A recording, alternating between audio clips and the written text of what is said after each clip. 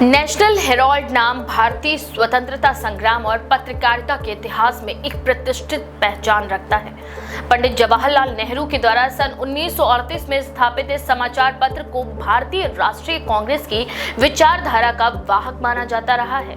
स्वतंत्रता संग्राम के दौरान इसकी भूमिका अपार रही, लेकिन आजादी के बाद बदली परिस्थितियों में ये संस्था आर्थिक संकट से जूझने लगी। साल 2008 में इसका प्रकाशन बंद हुआ। इसके बाद शुरू हुआ वो सिलसिला जिसे अब national Herald money laundering case के नाम से जाना जाता है, जिसमें देश की प्रमुख विपक्षी पार्टी कांग्रेस के सबसे प्रमुख चेहरे सोनिया गांधी, राहुल गांधी मुख्य आरोपियों के रूप में घिरे हुए हैं। 2025 में प्रवर्तन निदेशालय द्वारा दाखिल की गई नई चार्जशीट ने इस मामले को पुनः राष्ट्रीय राजनीति के केंद्र में ला खड़ा किया। नेशनल हेराल्ड, नवजीवन और कौमी आवाज जैसे अखबार एसोसिएटेड जर्नल्स लिमिटेड द्वारा प्रकाशित किए जाते थे।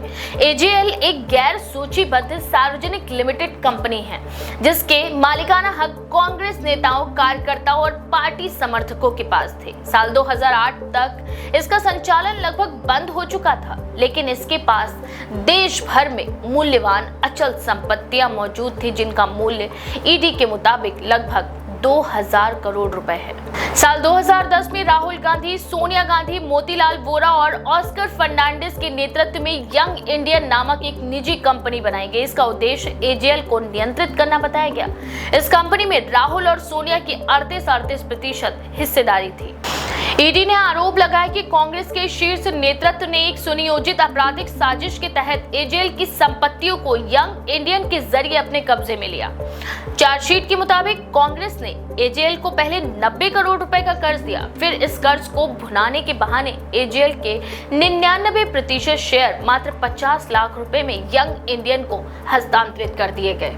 चार्जशीट में सोनिया गांधी को आरोपी नंबर 1 और राहुल गांधी को आरोपी नंबर 2 बताया गया है। आरोप है कि उन्होंने निजी लाभ के लिए पार्टी फंड का दुरुपयोग किया और उस फंड से यंग इंडियन को फायदा पहुंचाया। सुमन दुबे, सैम पित्रोदा, सुनील भंडारी, डेटॉक्स मर्चेंडाइज और दोनों कंपनियां YIL और डेटॉक्स मर्चेंडाइज चार्जशीट में सह आरोपी हैं। डेटॉक्स मर्चेंडाइज ने यंग इंडियन को 1 करोड़ रुपए दिए थे, जिसे ईडी ने संदिग्ध लेन देन बताया है। प्रवर्तन निदेशालय ने PMLA की धारा 3, 4, 44, 45 और 70 के तहत आरोप लगाए हैं। इनमें धारा 3 धन शोधन का अपराध, धारा 4 7 साल तक की सजा का प्रावधान, धारा 70 कंपनी के द्वारा किए गए अपराधों के लिए उनके निवेशकों की जवाबदेही। विशेष न्यायाधीश विशाल गोगने ने 9 अप्रैल 2025 को आरोप पत्र पर संज्ञान लिया और 25 अप्रैल को अगली सुनवाई की तारीख तय की है। कांग्रेस पार्टी ने ईडी की कार्यवाही को राजनीतिक प्रतिशोध करार दिया है। पार्टी के प्रवक्ताओं का कहना है कि ये मोदी सरकार की साजिश है ताकि गांधी परिवार को बदनाम किया जा सके और विपक्ष की आवाज को दबाया जा सके। भाजपा नेताओं ने ईडी की चार्जशीट को भ्रष्टाचार के सबूत के रूप में पेश किया है। केंद्रीय कानून मंत्री ने कहा कि कांग्रेस के राज में संस्थाओं का दुरुपयोग होता रहा है। अब जांच एजेंसियां अपना काम कर रही हैं। कानून के सामने सभी बराबर हैं, चाहे कोई भी परिवार हो। सोनिया गांधी और राहुल गांधी साल 2022 में ही जमानत पर हैं, जो दिल्ली की एक अदालत ने उन्हें दी थी। साथ ही साथ कांग्रेस नेताओं ने सुप्रीम कोर्ट में इस मामले को राजनीतिक उत्पीड़न बताते हुए इसे खारिज करने की मांग उठाई थी, लेकिन कोर्ट ने हस्तक्षेप करने से इनकार कर दिया था। आयकर विभाग ने भी यंग इंडियन को एक लाभकारी कंपनी मानते हुए उसके कर लाभों को रद्द कर दिया था।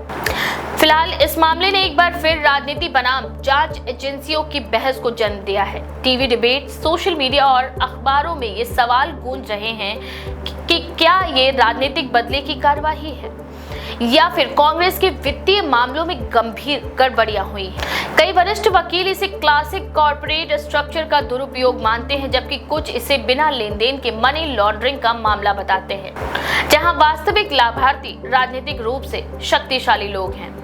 गांधी परिवार के लिए सबसे बड़ी कानूनी चुनौती ये है कि नेशनल हेराल्ड केस गांधी परिवार के लिए अब तक की सबसे बड़ी कानूनी चुनौती में से एक बनकर उभरा है। जिस तरह से साल 2025 में ईडी ने औपचारिक चार्जशीट दाखिल की है, उससे मामला गंभीरता की नई ऊंचाइयों तक पहुंच गया है। कांग्रेस के लिए ये सिर्फ एक कानूनी लड़ाई नहीं, बल्कि एक राजनीतिक अस्तित्व की लड़ाई भी बनती जा रही है।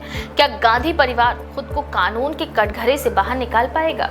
या ये मामला भारतीय राजनीति में सत्ता और विपक्ष के टकराव का एक और प्रतीक बन जाएगा? इसका उत्तर आने वाले महीनों में देश को मिल ही जाएगा। आपका इस बारे में क्या ख्याल है? अपनी राय हमें कमेंट में जरूर लिखें। ऐसी और भी दिलचस्प खबरों के लिए देखते रहिए द पेज 19।